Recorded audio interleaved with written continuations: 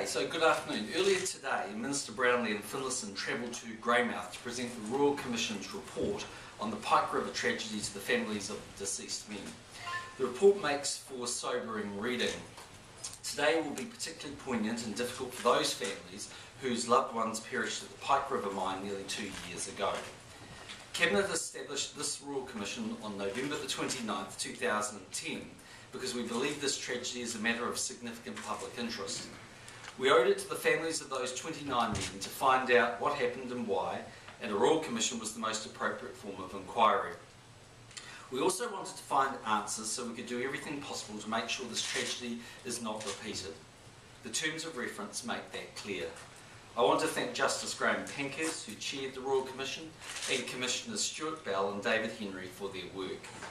They oversaw an inquiry which was broad and wide-ranging, covering the causes of the explosion at the mine, the cause of the loss of life, the way the search, rescue and recovery operations were handled, and the resources available, the systems in place within the mine and the legislative framework for mining and health and safety. The Royal Commission found the immediate cause of the tragedy was a large methane explosion.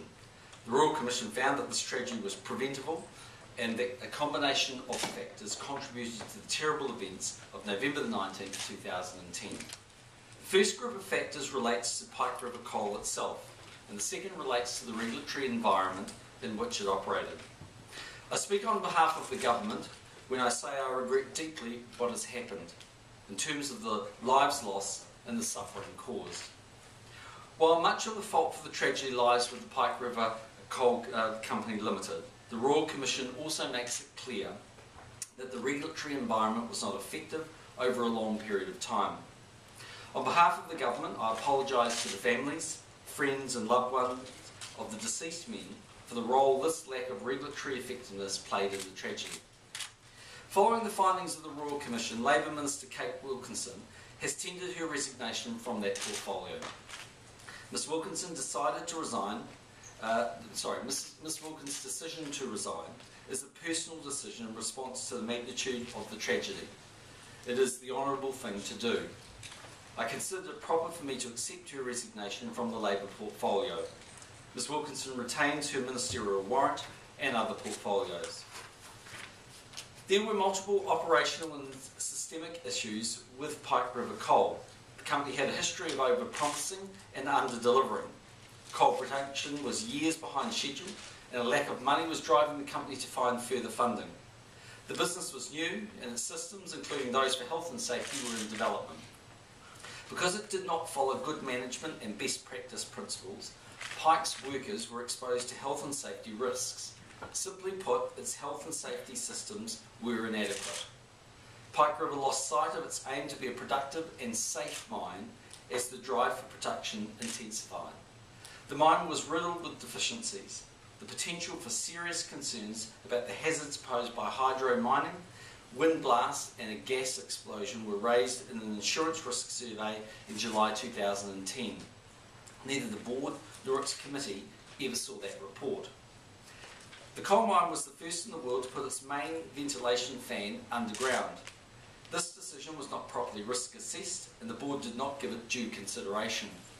The Royal Commission report says this design was a major error. Pike was known as a gassy mine. However, its methane management system was well below par.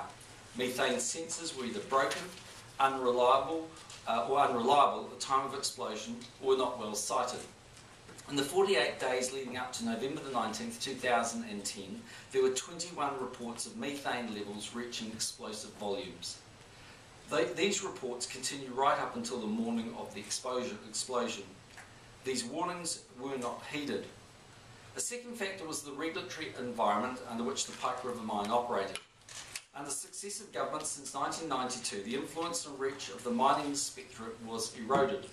The Commission found that while the Health and Safety and Employment Act appropriately placed primary responsibility for health and safety on the employer, this was seen by the Department of Labour as somehow reducing its responsibility to administer the legislation. At the time of the tragedy, the then Department of Labour had just 2 mining inspectors. They were unable to discharge their statutory functions adequately. Because these two inspectors had to cover all the mines and quarries in New Zealand, Pike River was not scrutinised closely enough. The Royal Commission found the Department of Labour itself did not have the focus, capacity or strategies to ensure Pike was meeting its legal responsibilities under health and safety laws. The sad reality was that the department's performance in relation to health and safety in the mining industry had been so poor at both the strategic and operational levels that the department had lost industry and worker confidence. That is simply unacceptable. As the Royal Commission reports points out, New Zealand has had a history of underground coal mining tragedies, about once every generation. Lessons from the past learnt at the cost of lives have not been retained.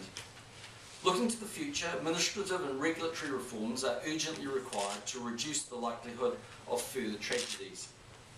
The Royal Commission has made a total of 16 recommendations covering administrative reform, stronger regulation, changes to mining legislation and emergency management. These recommendations carry a great deal of weight. Today I can announce the Government will be broadly accepting all of the recommendations and will be working to implement them as quickly as possible. A small number require further investigation before they can be put in place. For example, the recommendation of the establishment of a new Crown entity focused on health and safety. Some will have an impact in relation to health and safety generally and are not limited to underground mining.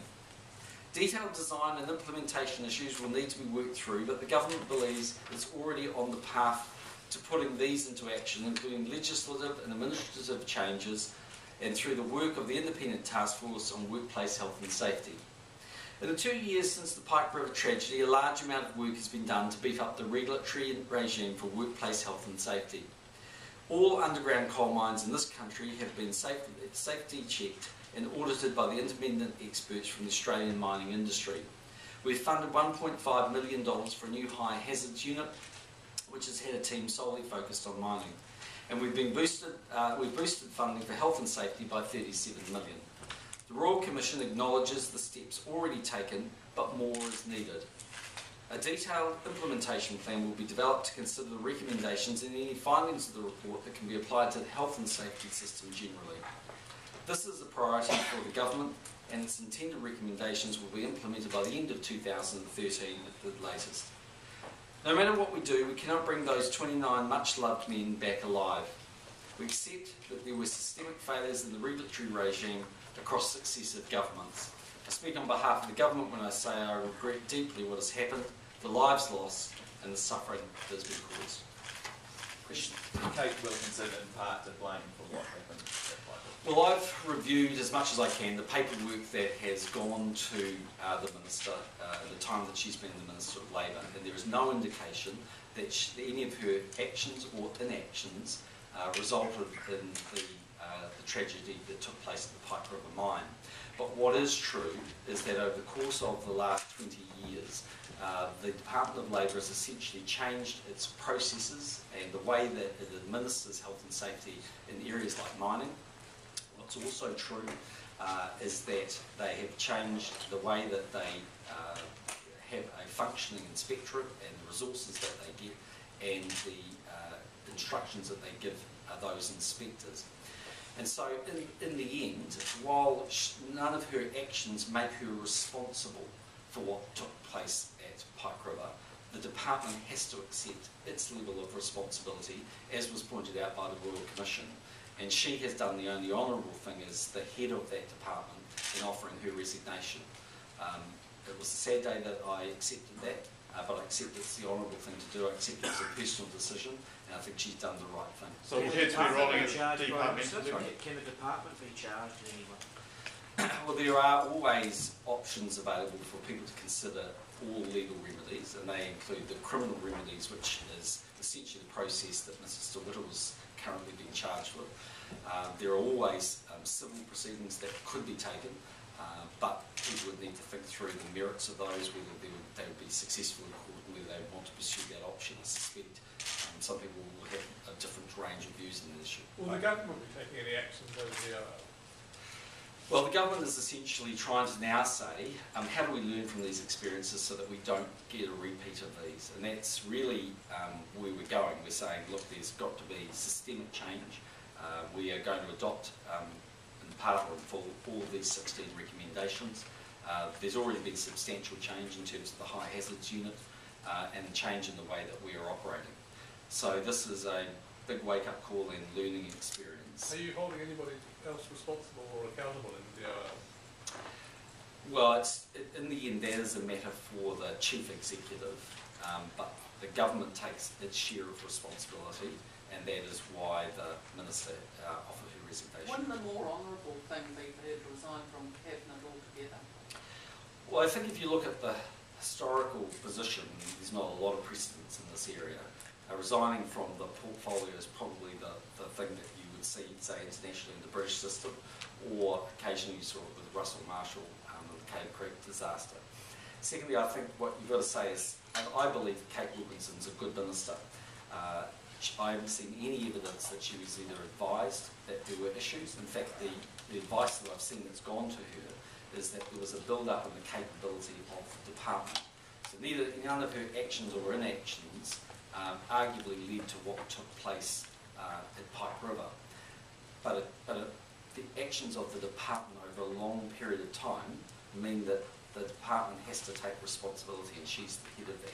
So I don't think she's in a position where she can't discharge her other responsibilities appropriately. As a good minister, I believe she can. Weren't the actions of the department simply reflecting the legislative changes that go as far back as the 1990s, and which effectively was promoting the view that leave it to the employers to that they have the responsibility for health and safety rather than regulate it heavily?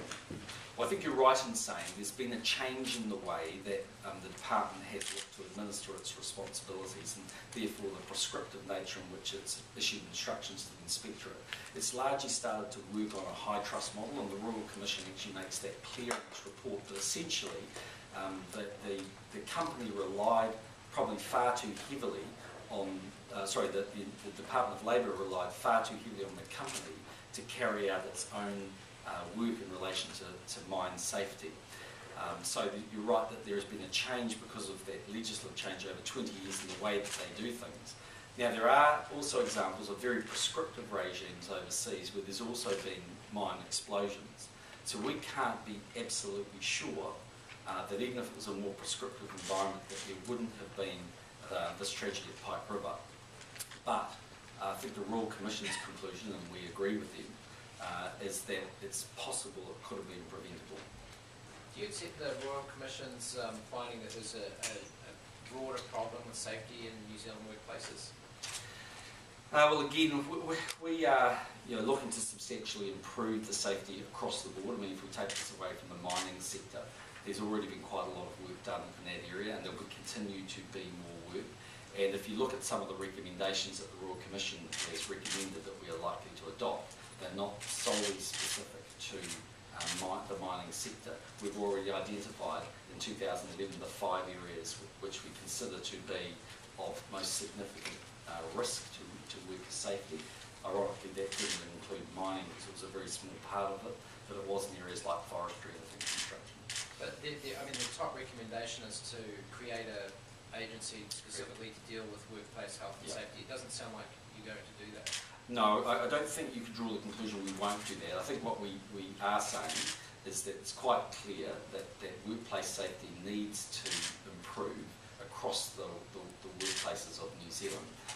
The Royal Commission itself has a report which looks at the accident rate per capita, I think, for various countries, and indicates that New Zealand's at the higher level there. That's obviously unacceptable. So there does need to be change. I guess what the government is saying is it hasn't, because this was a Royal Commission recommendation, and in the 6 days we've had the report, we haven't had enough time to determine whether an independent standalone Crown entity would be the right approach. We're going to ask for further advice there. There would be pros and cons of that, obviously stripping that out from MBIE, so we need to think that through, but we'll come back to this. What has the government today told the families about removing the bodies? Well, the position really in terms of body removal hasn't changed. There has to be a safe and credible plan. And I think if you look at the Royal Commission's findings, it says a few things. Firstly, that there was no window of opportunity to go into the mine, despite the view of some that they could have gone into the mine. And in fact, it points to examples of where there have been explosions in other mines very quickly after a major explosion. So they debunked the theory that there was that option. The second thing that they said was that they looked at the work of Professor Jim Galvin from the University of New South Wales when he did some work for the deed of settlement when Solid Energy bought the mine effectively from the government. And what Professor Galvin said was that re-entry in the mine, in his words, was extremely unlikely, irrespective of the level of expenditure, and that re-entry was a remote possibility. He looked at and said the risks to those going in the mine could and would include potentially drowning, explosion, fire, roof collapse, and fungi and bacterial infection. So essentially, that aligns with the other advice that I've had from other mines experts, that this is a very dangerous and potentially very dangerous environment.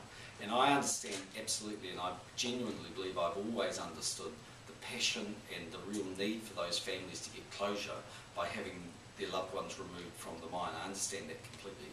But I stand by what I've always said, which is we can only do that if it doesn't put at risk the lives of those who'd be asked to go and do that body removal process. So there's no fresh commitment today?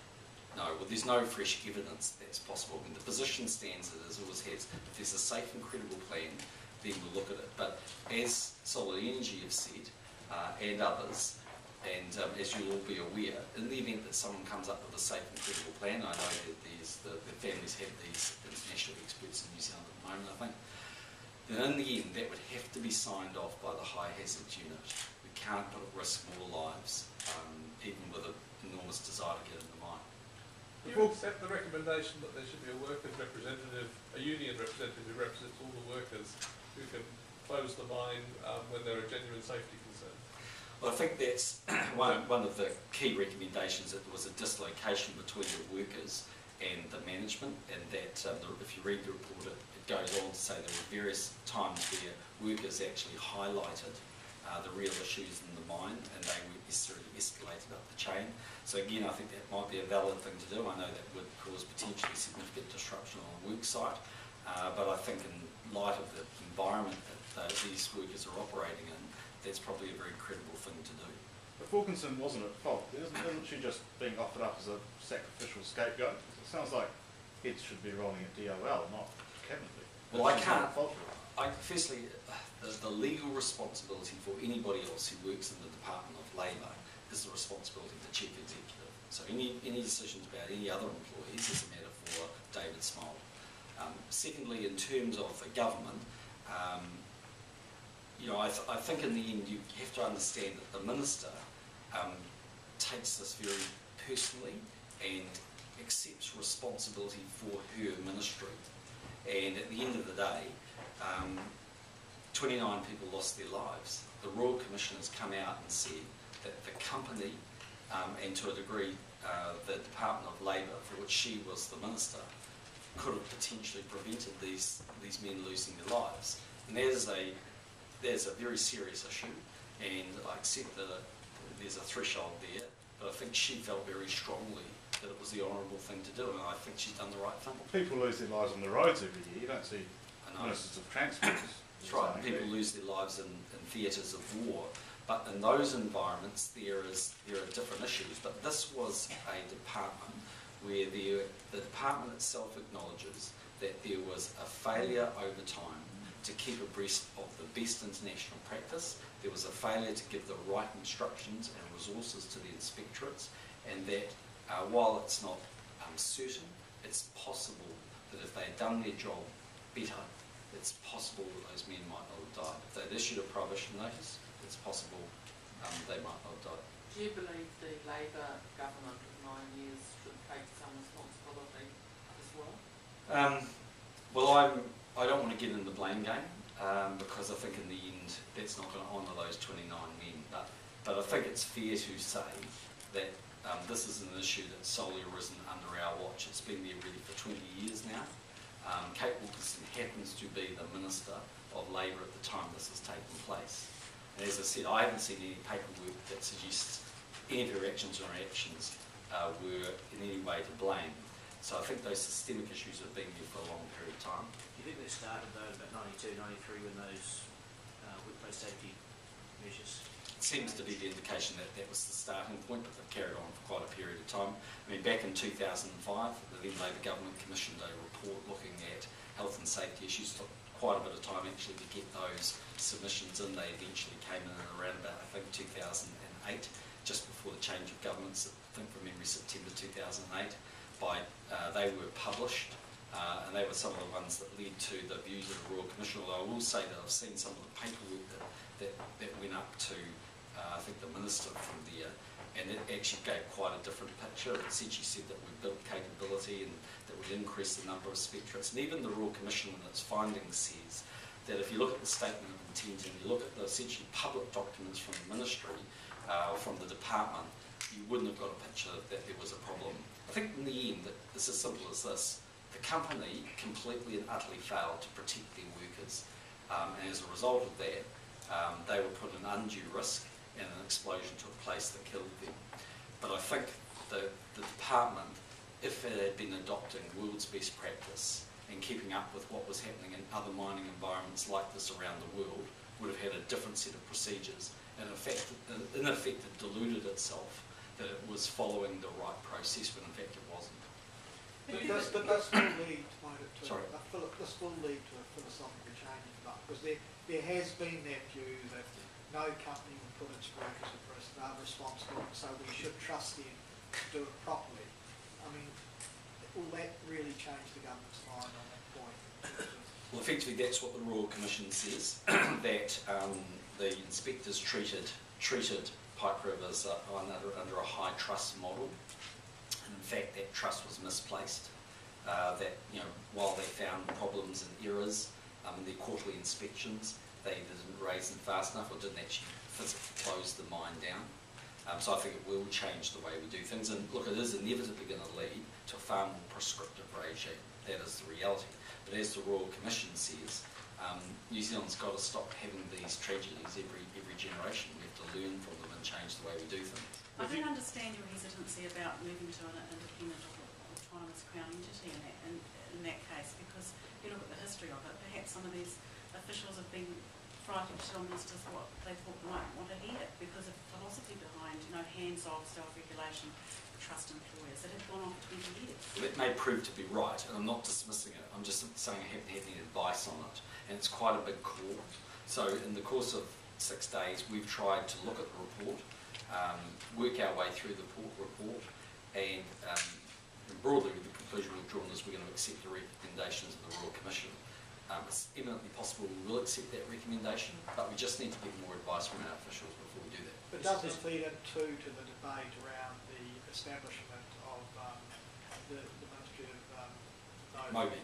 Because there was an argument, well, that health and safety would get lost in such a large ministry, and because it's got the promotion of economic growth, business growth, etc., which at times health and safety issues run counter to, because they produce cost, slow things down to make sure you do it right. Yeah, but I think in the end, if you want to build a long-term productive economy, you can only do that in a safe working environment. I mean, if you don't do that, then ultimately you end up having very significant issues, the loss of life and the loss of confidence. So I don't think they may in the short term put more administration and maybe more burdensome for employers, but actually if they mean the long run safety of our workforce, then it's the right thing to do. The issue here is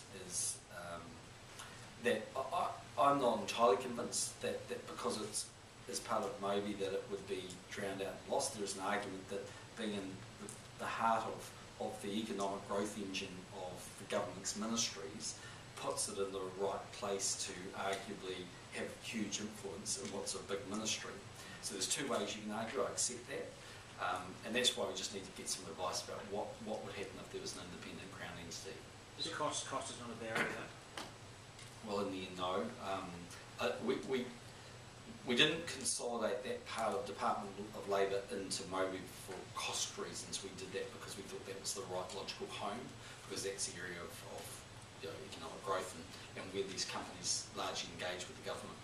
Does that feed into another area of the Royal Commission's report, where it looks at the transparency between DOL and the government, basically through the statements of intent in the annual reports. It says at the end of it, the gap between the high-level statements and those documents and the reality on the ground was remarkable. I mean, do you have concerns in that area and broadly in government that you're just not getting the feedback through the ministerial level through those documents, which are basically, glossy excuses for what's really going on? Well, I think that's a fair point, that there is a lack of good information coming up, and it feeds into what I've said to you. In the paperwork that I've seen so far that went to the Minister, it paints an extremely different picture to the one that the Royal Commission points out. So do you essentially says we've increased resources, we're spending more money. The increase in the health and safety levy that Labor brought in 2007 was pouring more resources in. There were more inspectorates. That there was 19 additional people, I think, inspectors added. That there were specialist people being employed in technical areas of expertise like mining. So it paints quite a different picture. In fact, one of the reports, I think, in 2010 says that they're building capability and strength effectively. So it's quite a different picture to what the Royal Commission argues. But in fact, where you know there's a problem though, is if you go and have a look at the Royal Commission's report in Volume 1, it says about the Department of Labour that at one point it showed the inspectors some of the health and safety reports that had come from the company, and that the inspectors were visibly shocked by what they saw. So that shows you there's a bit of a disconnect between what's happening on the ground and what's happening at the administration level. So do you think the department... But someone in the Minister's office, who have liaison people, they must have known that the mining inspection was woefully under-resourced. I mean, they had 2 inspectors. Irrespective of what the reports were saying, your ministers have their own staff who liaise with the ministries and should know, they have their own eyes into those ministries, they should know what's going on. Well, on the reports that I have seen so far to the Minister, and I don't see every report that they see, but in terms of I've asked for the reports that are relevant in this area, and the ones that I've read paint quite a different picture. And if you ask the head of the ministry, I think what he will tell you is that their assessment of the way that they were doing things was that they had this issue under control. And in fact, the reality of what was happening on the ground was quite different. So common sense would tell you that in an environment of zero budgets, no one is seriously building capability anywhere in the public service. But I don't think you can be quite as simplistic or straight line as that. I mean, this is an area that did have an increase in funding because it had to increase money from health and safety. It had more inspectors hired. I mean, they'd gone from, I think, 135 to 151. There had been more inspections taking place. I don't think it's quite as straightforward as that. I think it's much more deep-set, systematic in the way that it's the approach that's happening. One is about quite a low-touch, high-trust model, and one is a much more prescriptive model. If you look at what happened in Australia, they have largely moved to a more prescriptive, much more rigid regime. So isn't there only one of 2 outcomes? Is either incompetence at the ministry, or that the ministry was trying to pull the wool over the minister's eyes? I mean, what else could it be other than one of those 2? Well, let's take a step back. Primary responsibility rests with the company. Okay, the law is quite clear. Primary responsibility rests with the company. That the responsibility from the ministry's perspective is as the regulator and the person that, or the entity that enforces the legislation. And they seem to know of some problems at the company. Well, I think what's fair to say is they thought the situation was being properly administered, and I don't think they, in any way, shape or form, deliberately misled the minister, nor do I believe that the minister was ever aware that there were systemic problems in the system. So that shows incompetence in the ministry. Well, I think what we have to acknowledge is that they set off 20 years ago on a pathway of a relatively low-touch regime when other parts of the world, in this environment, went down a pathway of more prescription. And they set off on that pathway under the direction of politicians. They didn't make this up. No, that's right. Well, I accept that. But so ultimately the buck has got to stop the politicians and the philosophy and the ideology behind all this. But I mean, isn't that the point? I mean, the point we're saying is the minister has accepted responsibility as the responsible minister. The government has accepted that change needs to occur. and we are working our way through that as quickly as we can. But you can't shift the responsibility at home to individual public servants who are just carrying out Well, government. not arguing we are, I'm saying any individual responsibility, if there's further responsibility in the department, is the matter for the Chief Executive. But the Royal Commission itself has been very careful about not blaming individual inspectors or other people. The Royal Commission has been, I think, quite cautious in the way it's approached those issues. It has broadly sheeted the responsibility back to two parties, primarily the company and then the government. And in terms of the company, that matter is now a matter before the courts. In terms of the government, we're adopting their recommendations, and the Minister has, I think, done the right thing in offering her resignation. I think you effectively said before that the Department of Labour thought that everything was kind of okay. Yeah. But it didn't, did it? I mean, there was, I can't remember if it was the second shaft or the second exit.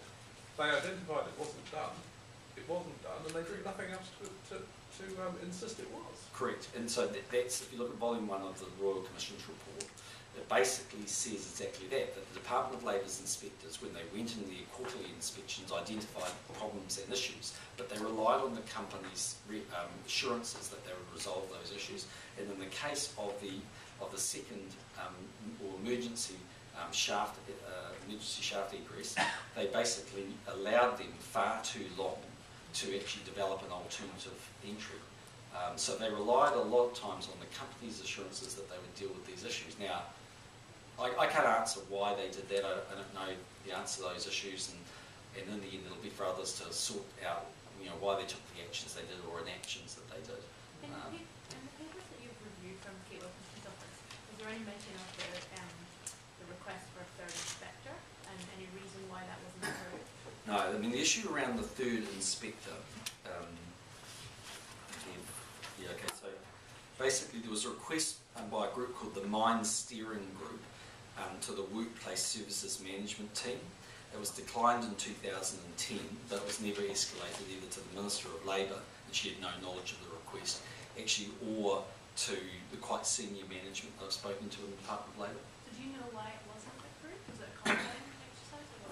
Don't know. I've got some paperwork on that, and I haven't really read a little minute of it. But all I know is it was never escalated. It was taken at quite a low level, and they decided it wasn't necessary. So just in terms of the check inspectors, which is one of the things Solid Energy in its submission didn't agree with that, but agree with the other changes, but the government's accepting that recommendation that there be Check inspectors, yeah. and that includes the union inspectors who've got the power to stop work. Yeah. Yeah. So I mean, look, broadly we've said, look, we accept the report, we accept the recommendations. We need to work our way through the individual points, but you can assume we're going to err on the side of accommodating and adopting as much as we can. What's happening with the police investigation into this, do you know? Is Peter Whittle going to face any more? Well, my understanding, I could be wrong, was that he's been charged and he's due to appear in court in March of next year. But He's been charged by the Department of Labour, but there was also an ongoing police. I don't have any advice on that, I'm sorry. Do you think there should be further police charges later? Well, if that's a matter for the police, it'd be wrong with me to offer them advice. The report also suggests a review of the emergency services response. Were you firstly shocked that they were still underprepared? And secondly, how long will it take for that review to get underway? Well, I think there's a few things there. I mean, in the end, we in this country have largely relied on the police as the lead agency in any kind of emergency or disaster relief. There's quite a lot of logic behind that because of their capability, their expertise, their nationwide coverage, and their experience in these issues. But what the Royal Commission essentially, from what I can see, is saying is potentially the police shouldn't be the lead agency, or the lead should be someone with mining experience. Again, that's something we need to work through just to work out how that might work, because the police have legal powers available to them that others don't necessarily have. So I understand that a police officer who may be a very good inspector might not necessarily be someone that's terribly skilled in mining issues, but they do have legal options available to them, and I think the Royal Commission itself says they worked hard, they did everything they possibly could. But they'd never prepared, they'd never done an exercise, they were woefully underprepared for an incident like this. Does that not surprise you? It does a little bit, but that's the sort of thing we have to learning to happen from there. I mean, in the end, the Royal Commission's assessment is that is the same as the coroner's, that the men almost certainly died immediately, and that re-entry, and there was no window of opportunity to re-enter the mine. And so I think in that regard, that it put a lot of pressure on the families, and you know, it would always be the most terrible of circumstances, but it put a lot of pressure on those families. But probably in reality not a lot would have changed. But I think the Royal Commission's point is there could be another incident where actually people are alive and where we can get in. Maybe it's an environment that's not gassy like this, it's a coal mine, or a gold mine or something like that, for instance. So saying that, how quickly can you get that review that they recommend underway? Don't know. Look, they're going to work on it straight away. Cabinet considered all these issues today, and relevant ministers are going off to start working on the issues. Will the Department of Labour... There'll be a task force that's looking at that, by the way, a group of 3 ministers, chaired by Stephen Joyce. Will the Department... Specifically into that area? Well, just across the board. So basically there'll be 3 ministers. It'll be the short term, the acting Minister of Labour is obviously Chris Finlayson. It'll be Phil Hickley as Minister of Energy and Resources, and Stephen Joyce is the Minister of Economic Development. Stephen will chair the group, and he'll be charged with working through the implementation of the Royal Commission's recommendations and making recommendations to Cabinet. Will the Department of Labour faction within Mobi be responsible for implementing the changes alluded to in the report? Well, it'll depend, I think, a little bit on what happens in terms of its long-term structure, so we'll just need to work our way through that. But surely they're the ones with the expertise.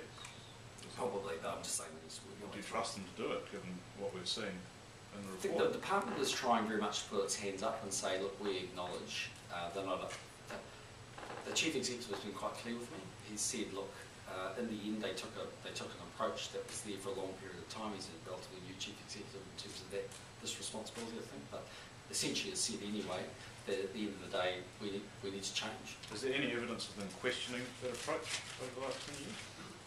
I can't answer that question directly. We need to go and look at the paperwork. And the issue around making directors much more responsible for health and safety, how important do you think that is? Because the board of this company basically threw its hands up and said, oh, nothing to do with us, we didn't know. Yeah, so I think that's an issue for a start off. And I think there's also this issue of corporate manslaughter that's been raised by the families. So the Attorney General has made it clear to the families that he's going to get some advice on whether it would be appropriate to have corporate manslaughter legislation in New Zealand. And the reality of corporate manslaughter in the case of Pike River is that it wouldn't do a hell of a lot because, as best I understand it, and the limited form of advice I've had is that's because they're usually financial remedies, and this is a company in receivership. But there could be other examples, and the UK has this legislation in 3 cases that I had a look at this morning. There were financial payments made as a result of charges taken under this legislation. Oh, have you been briefed on the MMP report? I've seen it. My understanding is that the Minister of Justice is now going to go and consult with other political parties, see whether consensus can be built and come back with some recommendations. The missing element of the consensus is the National Party's position on the 4% threshold and the coat-tailing. I mean, they have a perspective. I mean, the National Party put in their submission. I mean, their view is that 5% is the appropriate level, and you've got to pick a point, and you can sort of pick your poison if you like. They hold the view that that's the right level, but that's not necessarily totally unique. I mean, New Zealand First, you could make a case would benefit from a lower threshold potentially. Also argue strongly that it should be retained at 5%. There's been some reaction to your use of the word gay in describing this red shirt. What's your response to that, and what do you mean? Oh, it's just a slang term. I mean, it's in the Oxford Dictionary, so it doesn't really mean that there's anything offensive. I mean, it's just a slang term you hear people using. What do you understand it to mean now? Weird, as in, just giving them a hard time. I don't know. Young people use it all the time. I don't think too many people would be offended by it. If someone does, I apologise for it, but I mean, it's not exactly like a term that you don't hear everywhere. Did you pick it up from your kids? Yep. So you don't say this homophobic? No. I mean, look, I'm voting for gay marriage. I'm probably homophobic. Lead the charge on it. So is gay marriage weird? Sorry? Is gay marriage No, not in the slightest. I'm happy to support it.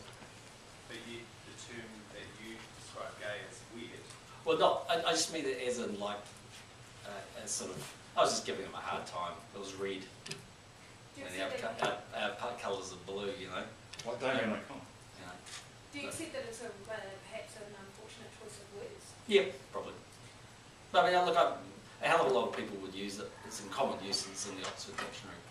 You're telling me someone's offended by it, I'm sorry. What about the David Beckham comment? Well, I'm not going to engage in what someone thinks they heard I say. You know, at the end of the day, just leave it as is. So you didn't say it, Anne? I'm going to have to wrap this up. Well, all I'm saying to you is that I'm not going to engage in what some person has reported me saying. Do you think Because it may or may not be correct. Do you think David Beckham's smart? They're smart. He's made more money than I have. Okay, thanks very much.